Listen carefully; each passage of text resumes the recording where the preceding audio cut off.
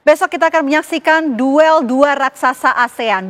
Bagaimana kemudian peluang dari Timnas Indonesia melawan Thailand dalam semifinal Piala AFF U23 2025 di Gelora Bung Karno, Jakarta. Kita akan bahas pemirsa bersama dengan sejumlah narasumber. Saya akan perkenalkan untuk Anda. Di sebelah kanan saya ini sudah hadir Bung M. Nigara, pengamat sepak bola. Selamat malam Bung Nigara. Selamat malam. Sehat? Alhamdulillah. Di sebelah Bung Nigara ini sudah hadir ada Bung Nur Alim, mantan pemain Timnas. Bung Alim, sehat? Sehat alhamdulillah Mbak Bena. Oke, saya mau ke Bung Alim dulu ya Bung Nigara ya. Badannya segini pasti sehat. Oke, Bung Alim, ini besok pertandingan semifinal Timnas Indonesia melawan Thailand di kandang sendiri di Gelora Bung Karno, Jakarta. Tapi kalau kita tarik ke belakang, bagaimana sebetulnya performa dari Timnas Indonesia sepanjang fase grup? Apakah ini cukup gitu untuk melawan Thailand besok menurut Anda?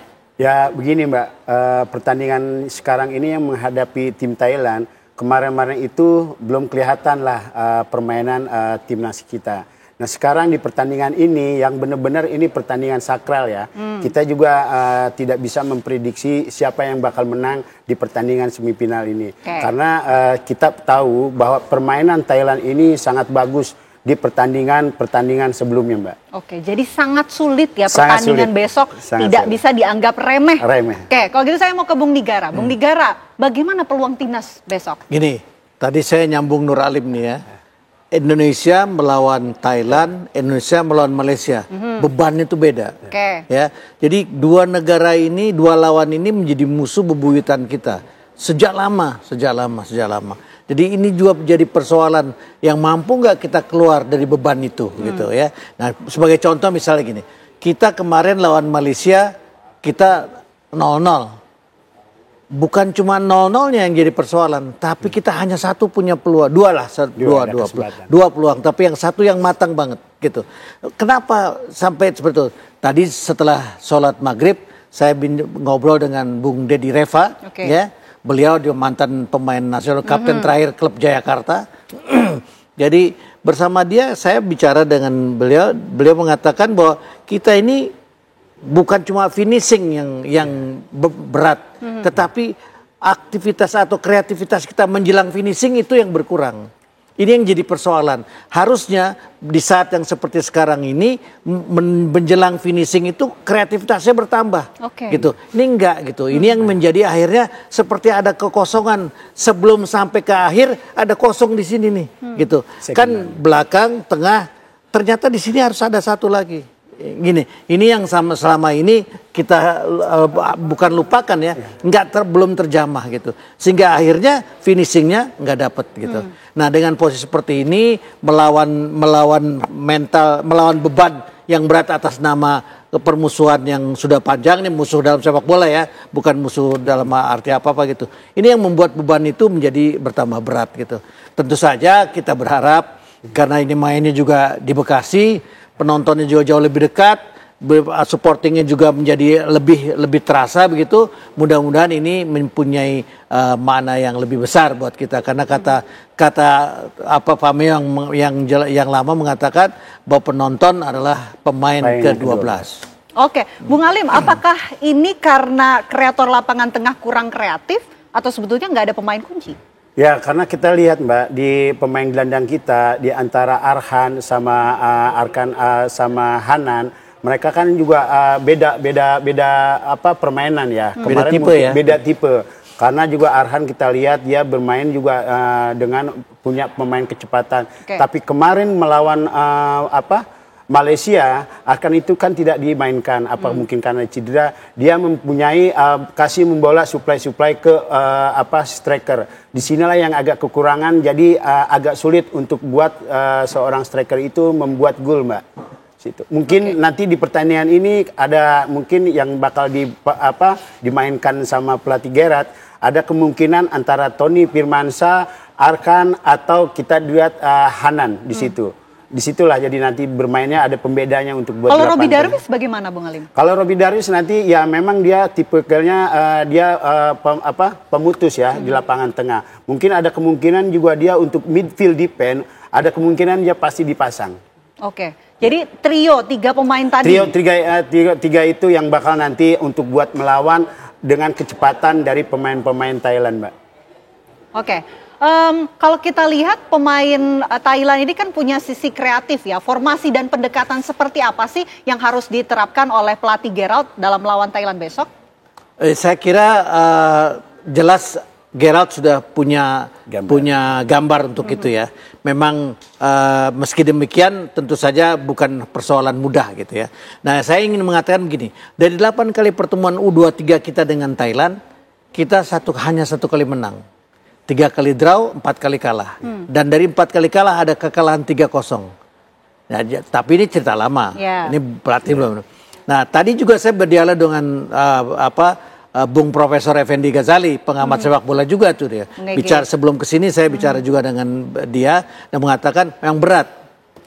Sama dengan Nur Alim mengatakan berat. Meskipun tentu kita berharap ada sesuatu yang bisa menambah gairah anak-anak. Meskipun media-media di Thailand mengatakan ini saatnya tim Indonesia menang.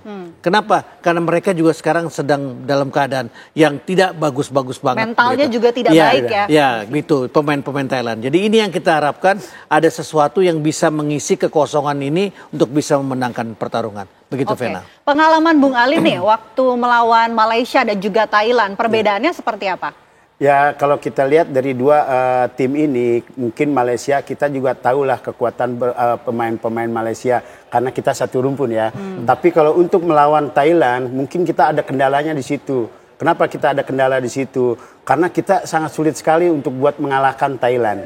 Jadi kita juga di sini di semifinal ini, kalau memang kita pemain nggak ada kreativitas atau mereka juga nggak benar-benar kerja keras, mungkin agak kedodoran lah kita permainan di lapangan tengah, Mbak. Karena apa? Dia sudah tahu bahwa dia kelihatan sudah punya mental juaranya di situ juga. Di situ makanya kita harus benar-benar ekstra kerja keras. Ekstra kerja keras. Tapi Bung Nigara melihatnya kelemahan dari permainan Thailand itu sebetulnya apa sih? Sebetulnya secara normal nggak ada kelemahan. Kalau melihat gitu, cuma memang mereka mengatakan sedang ada persoalan yang kita nggak tahu persis persoalannya apa gitu. Ya, mudah-mudahan aja ini menjadi beban yang nggak bisa dilepaskan oleh para pemain Thailand gitu. Karena saya ingat betul tahun 1985 kita melawan Thailand, dia di Thailand kita menang. Kenapa? Karena tim Thailand sedang tidak baik-baik saja pada saat itu. Pra Piala Dunia yang kita menang 1-0 tuh gol Heri Kiswanto. Itu jelas pemain-pemain Thailand yang tidak dipanggil oleh pelatih itu justru berada di kubu kita. Nah, jadi sesuatu yang memperlihatkan bagaimana persoalan dalam negeri itu bisa nyampe ke luar negeri gitu. Makanya mereka memberitahu kepada kita bahwa tim ini lagi nggak baik-baik aja gitu. Nah sekarang kita baca juga di media-media mereka mengatakan tim ini sedang tidak baik-baik aja. Seperti apa persisnya tentu kita nggak tahu persisnya seperti apa gitu. Mudah-mudahan ini menjadi salah satu senjata untuk kita, bisa kelemahan dia untuk menjadi satu senjata bagi kita untuk memenangkan pertarungan. Gitu, Vena. Baik, saya ingin Bung Alim kemudian berbagi tips juga ya ketika melawan Thailand, keunggulan dan juga kelemahan seperti apa. Nanti ditahan nanti ya Bung Alim ya, kita jawab usai jeda. Apa kabar Indonesia malam akan kembali untuk Anda pemirsa sesaat lagi. Anda kembali menyaksikan Apa Kabar Indonesia malam. Kita lanjutkan diskusi kita, Bung Alim. Untuk melawan Thailand, apa tips yang bisa Anda bagikan, kelemahan dan juga keunggulan dari Thailand? Ya paling nggak pengalaman dia. Dari pengalamannya dong. Ya mungkin untuk buat semua pemain juga Mbak, kalau untuk menghadapi Thailand, kita tuh tahulah kualitas permainan dari Thailand, dari pemain belakang, tengah sampai ke depan itu mereka mempunyai kelebihan masing-masing. Di sini juga pelatih juga berperan untuk buat mengasih gimana untuk menghadapi pemain-pemain yang mereka yang bermentalnya juara gitu. Jadi kita para pemain juga jangan sampai kita membuat kesalahan di lini pertahanan, ya itu pasti bahaya sekali. Dan di pemain gelandang kita juga harus kuat di situ karena apa? Pemain-pemain Thailand yang sekarang ini itu dia mempunyai dirjen lapangan ya diantaranya itu kapten. Dia yang selalu mengakselerasi serangan. Kadang kalau ada putus di situ dia memutus serangan. Kadang-kadang transaksi untuk buat menyerangnya itu bahaya sekali melalui sayap-sayap mereka. Disinilah kita ada peran dari pemain gelandang, entah di situ Arkan atau Kahaman harus bisa mengasih suplai bola untuk buat seorang striker. di situ juga harus berperan juga. Karena apa? Kalau seandainya nanti striker kita dijaga man-to-man marking atau apa, disitulah gunanya untuk buat second striker semacam kayak Arkan ataupun Hanan, itu harus bisa menerobos untuk buat di lapis kedua untuk membuat gol di situ, Mbak. Oke, ngomong-ngomong soal striker nih, Bung Nigara, permainan dari Hoki Caraka dan juga Jens Reva itu seperti apa? Saya berpikir gini, betul lawannya Brunei waktu itu, dia mencetak 6 gol. Betul lawannya Brunei, tetapi bagaimanapun dia punya insting untuk membuat gol.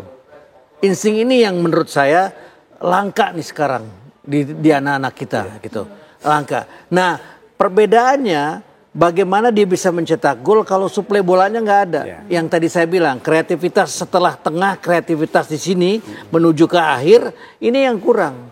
Nah, saya berharap menghadapi Thailand nanti, kreativitas ini tumbuh kembali. Dengan posisi seperti ini, maka Jens Revan ini bisa mampu menalurinya untuk membuat gol kembali timbul. Nah, persoalan yang juga nggak kecil buat kita, siapapun negara ASEAN yang bertemu dengan Indonesia, itu tekadnya jauh lebih besar ketimbang Thailand lawan Vietnam, Thailand lawan Malaysia, lawan Indonesia itu kayak kita ini seperti musuh bersama buat mereka. Mungkin karena kita besar, mungkin juga karena ada sejarah-sejarah sebelumnya yang membuat kita ini menjadi seperti momok bagi mereka. Untuk kalau mengalahkan Indonesia nih udah pasti enak deh gitu. Jadi kan kalau zaman dulu nih di Indonesia di PON, kalau ngalahin DKI itu rasanya seperti sampai ke dunia gitu. Sampai seperti kalau kita ngalahin DKI di final itu sampai seperti seolah-olah mendapat medali Olimpiade. Kenapa? Karena DKI itu semua pemain, semua atlet dikumpulin di sini dulu. Karena situasi dan kondisi yang memang DKI secara ekonomi di atas semuanya, maka atlet pada berlomba ke sini. Nah itu akhirnya jadi musuh bersama. Nah sama dengan Thailand, dengan sepak bola di Indonesia, semua sepertinya memusuhi Indonesia. Kalau ngelawan Indonesia tuh enak bener kalau menang gitu. Nah itu juga yang jadi pemicu untuk mereka bertarung bisa 2 kali lipat semangatnya ketimbang lawan negara-negara yang lain. Itu Fena, itu problem juga yang gak kecil gitu. Problem yang gak kecil. Baik, saya mau ke Bung Alim kalau begitu. Bung Alim, kalau kita lihat pemain belakang ya, ada Kadek dan juga Kakang. Atau sebetulnya dari Bung Alim ada komposisi pemain belakang terbaik gak sih? Ya, dari pertandingan sebelumnya melawan Filipina, melawan Malaysia, itu kemarin itu saya lihat banyak sekali ada perubahan komposisi ya. Kemarin waktu melawan Filipina juga tanpa ada Ferrari, di situ ada Kadek sama Kakang, itu mereka bermain solid. Jadi kalau untuk buat pertahanan, Mbak, aku lihat kayaknya sih nggak ada masalah.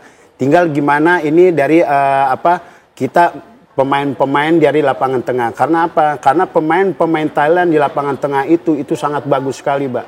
Dia sabar bermain bolanya, dia gitu. Kadang-kadang ada transisi dia untuk cepat sekali untuk menyerang. Langsung dioper ke pemain-pemain sayap dia yang memang mempunyai kecepatan di situ, Mbak.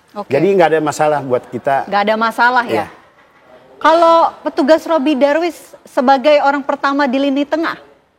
Ya itu bagus sekali, Mbak. Dia untuk jangkar antara pemain belakang sama pemain gelandang. Disitulah jangkarnya dia. Makanya disebut dia midfield defense. Kalau pemain belakang mendapatkan bola, pasti dia kalau nggak target ke pemain depan, pasti dia mencari Robby Darwish di situ, Mbak. Itulah ada penyimbang antara pemain tengah sama pemain belakang. Oke, Bung Nigara, ini kan Tony Firmansyah posisinya berbeda ya dari permainan sebelumnya, sedikit berbeda. Bagaimana Anda melihatnya? Ya, saya kembali menyambung Robby Darwish dulu. Saya suka sekali dengan Robby Darwish karena kreativitasnya tinggi.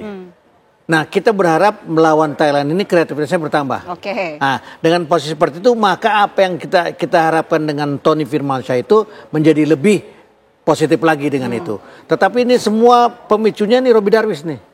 Kalau motornya Robby Darwish. Robby Darwish itu lincah sekali, kreativitas tinggi dan berani.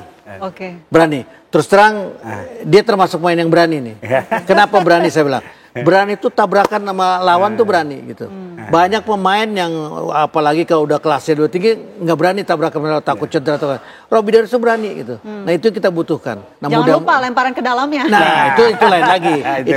itu lain lagi. Ya itu pun kita harapkan menjadi sesuatu salah satu andil untuk bisa memenangkan pertarungan. Oke, prediksi skor besok berapa nih kira-kira? Harapan, bukan. Saya prediksi kayaknya berat kalau prediksi ya. Harapan kita menang 1-0 aja cukup. 1-0. 1-0 cukup. Bung Alim? Memang ini pertandingan yang agak sulit, Mbak, untuk buat walaupun Indonesia ini bermain sebagai tuan rumah. Ya karena kita tahulah kualitas pemain-pemain Thailand kalau menghadapi yang kata bilang Bang Negara bahwa susah sekali untuk buat mengalahkan Thailand. Itu peluangnya saya bilang 50-50 lah, saya belum tahu. Tapi paling maksimal 1 yang bilang Bang Negara. Harapan. Intinya tetap optimis menang ya.